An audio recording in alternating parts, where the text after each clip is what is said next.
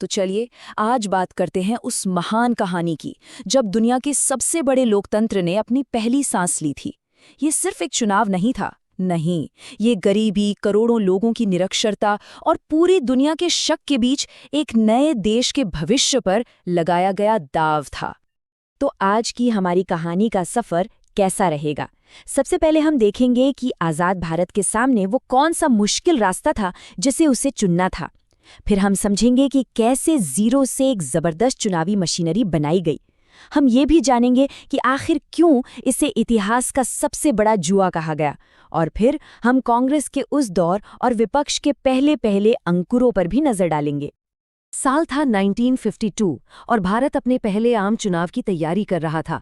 उसी वक्त एक भारतीय संपादक ने इसे बिल्कुल सही शब्दों में कहा, इतिहास का सबसे बड़ा जुआ। और यकीन मानिए, ये कोई बढ़ा चढ़ाकर कही गई बात नहीं थी, ये उस वक्त की सच्चाई थी। एक ऐसा दांव जिसका नतीजा किसी को नहीं पता था। आज़ादी के ठीक बाद भारत एक ऐसे चौराहे पर खड़ा था जहां से कई रास्ते निकलते थे। नेताओं को एक बहुत ही बुनियादी फैसला लेना था कि देश आगे किस रास्ते पर चलेगा। और ये चुनौती सिर्फ भारत के सामने नहीं थी, दुनिया भर के कई नए नए आज़ाद देश इसी उलझन से गुजर रहे थे। देखिए, उस समय ज्यादातर नए देशों ने एक आसान रास्ता चुना, तानाशाही या फिर एक पार्टी का राज।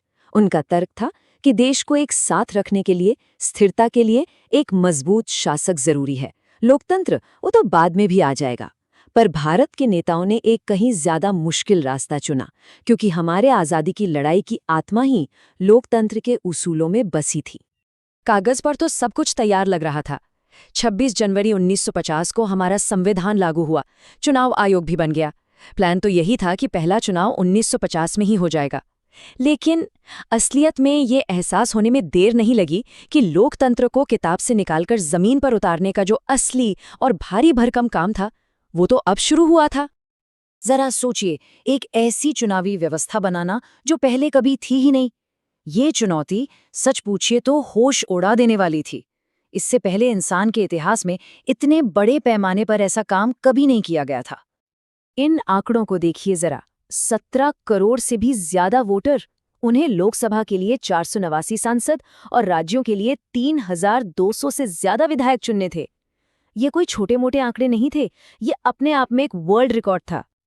और फिर आई सबसे बड़ी, सबसे मुश्किल चुनौती। इन 17 करोड़ वोटरों में से लगभग 85%, 85% लोग पढ़ना लिखना नहीं जानते थे। तो सवाल ये था कि एक ऐसा इंसान जो अपना नाम तक नहीं लिख सकता, वो अपने वोट के अधिकार का इस्तेमाल कैसे करेगा? और मामला सिर्फ पढ़ने लिखने तक का नहीं था, एक और बड़ी सामाजिक अड़चन थी। जैसा कि ये कार्टून दिखा रहा है, जब पहली वोटर लिस्ट बनी तो उसमें करीब 40 लाख महिलाओं के नाम ही नहीं थे। उनकी पहचान थी फला की बेटी या फला की बीवी। चुनाव आयोग ने इसे मानने से साफ इनकार कर दिया और उस लिस्ट को ठीक करने का ऐतिहासिक फैसला लिया। तो निरक्षरता की इस बड़ी प्रॉब्लम से निपटने के लिए चुनाव आयोग ने एक ऐसा कमाल का अनोखा तरीका निकाला गया। हर कैंडिडेट के लिए एक अलग स्टील का बक्सा होगा जिस पर उस उम्मीदवार का चुनाव चिन्ह यानी सिंबल बना होगा। वोटर को बस एक खाली कागज दिया जाएगा जिसे उसे अपनी पसंद के उम्मीदवार वाले बक्से में डाल देना है। सिंपल। इसके लिए करीब 20 लाख स्टील के बक्से बनाए गए। तो ठीक है, मशीन तो तैयार हो गई थी, लेकिन अब भी दुनिया भर के एक्सपर्ट्स और जानकार गहरी शंका में थे। वो सब सांस रोक के देख रहे थे, लेकिन शक की नजर से। सबको लग रहा था कि ये पूरा का पूरा एक्सपेरिमेंट बुरी तरह से फेल हो जाएगा। सुनिए तो जरा क्या क्या कहा जा रहा था। एक अंग्रेज अफसर ने इसे लाखों अनपढ़ लोगों के वोट डालने की बेहुदा नौटंकी कहा। एक मैगजीन ने लिखा कि जवाहरलाल नेहरू को हर किसी को वोट का अधिकार देने के अपने फैसले पर बहुत पछतावा होगा। सब यही मान रहे थे कि ये देश के लिए एक बहुत खतरनाक सौदा है। लेकिन हुआ ठीक इसका उल्टा। सारी भविष्यवाणियों को धत्ता बताते हुए भारत के आम लोगों ने अपने इस नए अधिकार को किसी त्योहार की तरह मनाया। आधे से भी ज्यादा वोटरों ने वोट डाला और दुनिया भर के आलोचकों को हमेशा के लिए चुप करा दिया। और इस कामयाबी की गूंज पूरी दुनिया में सुनाई दी। जैसा कि द हिंदुस्तान टाइम्स ने लिखा, भारत ने ये साबित कर दिया कि लोकतंत्र सिर्फ अमीर और पढ़े लिखे पश्चिमी देशों के लिए नहीं है, बल्कि ये कहीं भी किसी भी देश में कामयाब हो सकता है। तो चुनाव तो कामयाब रहा और इसका एक साफ नतीजा भी निकला। इन नतीजों ने भारतीय राजनीति में एक लंबे दौर की शुरुआत की, जिसे एक ही पार्टी के दबदबे के लिए जाना जाता है। जैसा कि ये नक्शा साफ दिखा रहा है, इंडियन नेशनल कांग्रेस, जिसे आज़ादी की लड़ाई की विरासत मिली थी, उसने पूरे देश में जबरदस्त जीत हासिल की। लोकसभा की कुल 489 सीटों में से 364 सीटें कांग्रेस ने जीती। अब यहाँ एक बहुत ही दिलचस्प बात है। कांग्रेस को वोट मिले थे सिर्फ 45%, लेकिन हमारी फर्स्ट पास द पोस्ट चुनावी प्रणाली की वजह से उसे संसद में 74% सीटें मिल गई। ऐसा इसलिए हुआ क्योंकि विपक्ष के जो वोट थे वो कई अलग अलग पार्टियों में बंट गए थे और कांग्रेस आसानी से जीत गई। ये कार्टून उस दौर की कहानी को एक तस्वीर में कह देता है। कांग्रेस उस समय एक पार्टी कम और एक बड़ा सा छाता ज्यादा थी, जिसके नीचे हर तरह की विचारधारा के लोग थे। मतलब पार्टी के अंदर ही इतने अलग अलग गुट थे कि उसे बाहर के किसी विपक्ष की जरूरत ही नहीं थी। वो खुद ही सरकार भी थी और अपना विपक्ष भी। लेकिन कहानी यहीं खत्म नहीं होती। भले ही कांग्रेस का दबदबा था, लेकिन इसी चुनाव ने एक असली, भले ही छोटे से, विपक्ष के लिए भी दरवाजा खोल दिया था। और इस विपक्ष की कमान संभाली कम्युनिस्ट पार्टी ऑफ इंडिया यानी सीपीआई ने।